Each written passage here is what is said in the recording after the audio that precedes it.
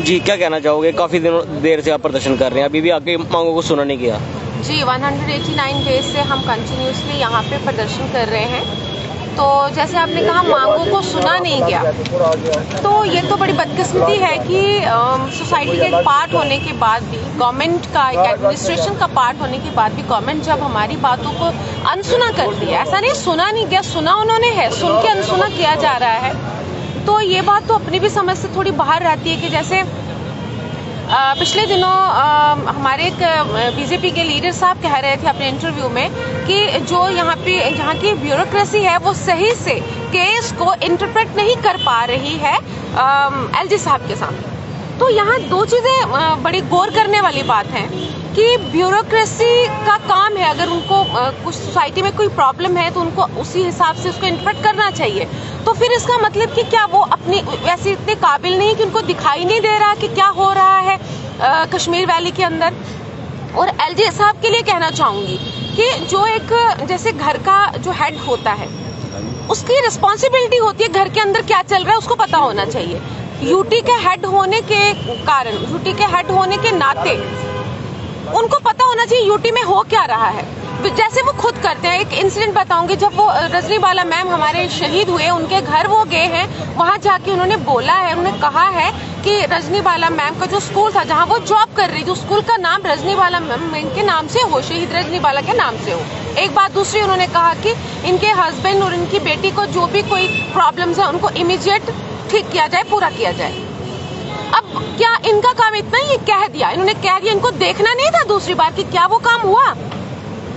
मतलब जब कोई भी घर का जो हेड होता है, अगर कोई बात कह रहा है, वो उसने बात कर दी, तो क्या उसको अपने एडमिनिस्ट्रेशन पर इतना कंट्रोल नहीं है उनको कि वो अपने एडमिनिस्ट्रेशन से पूछें कि जो काम उन्होंने कहा, जो उन्होंने प्रॉमिस किया कहीं जाकर शहीद फैमिली के पास जाके जो प्रॉमिस किया इतने लोगों के सामने, मीडिया के सामने, क्या वो पूरा हुआ है? तो इस तरह से ये मतलब कहते कुछ और हैं, करते कुछ और हैं। इन दिनों तो साहब अपने कश्मीर में जाके जश्न कश्मीर मना रहे हैं। तो एक क्वेश्चन पूछना चाहती हूँ आपके माध्यम से, एक बड़ा सा क्वेश्चन मार्क है कि बिना जो मिनॉरिटी कम्युनिटी, अपनी हिंदू कम्युनिटी जो वहाँ है नहीं, उनके बिना क्या जश्न कश्मीर पॉसिबल है? Is it possible? होना चाहिए क्या खाली मेजॉरिटी के साथ जश्न कश्मीर मनाया जाना चाहिए?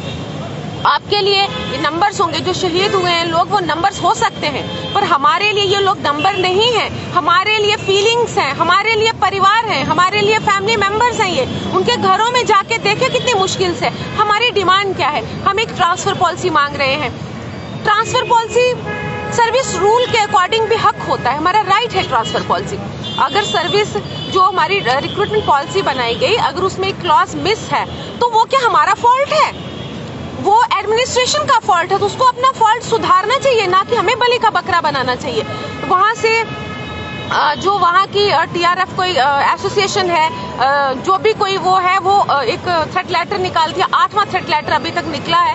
वो लेटर निकालते सोशल मीडिया पर वायरल होता है। बड़ी हैरानगी की बात है, उसमें वो 2 लिस्ट भी डाल रहे हैं एजुकेशन डिपार्टमेंट की, उस लेटर के साथ अटैच्ड है। वो लिस्टें हैं जो एडमिनिस्ट्रेशन ने अभी फ्रेम की हैं कि इनको अकॉर्डिंग टू एडमिनिस्ट्रेशन सेफर जगह पे लोगों को मतलब ज्वाइन करवाने के लिए वो ट्रांसफर लिस्ट हैं, जिनमें पीएम पैकेज के एम्प्लॉयज भी और डोगरा एम्प्लॉयज भी।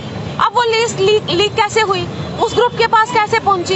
तो ऐसे में जबकि उनके पास वो लिस्ट है, वो धमकी दे रहे हैं, कौन लोग वहां जाके रिस्क लेके वहां पे जाएंगे? और हम लोग तो रहेंगे कहाँ? चलिए मान लीजिए हम इसको फॉलो करते हैं, हम वहां जाते भी, तो हम तो रेंटेड एकोमोडेशन पे रहते हैं ना। जब हमें कोई थ्रेट मिलेगा तो कौन हमें वहां पे रखेगा, कौन अपने घर में रखेगा? पॉलिसी हमारा कॉन्स्टिट्यूशनल हक है।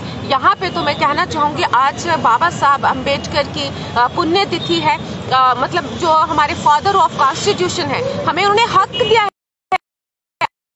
आर्टिकल 21 हमें राइट टू लिव का हक देता है, तो राइट टू एजुकेशन 21A हमें हक देता है। हमारे दोनों हकों की हमारे दोनों हक वायलेट हो रहे हैं, और ये दोनों हक कोई और वायलेट नहीं कर रहा, हमारी अपनी एडमिनिस्ट्रेशन वायलेट कर रही है।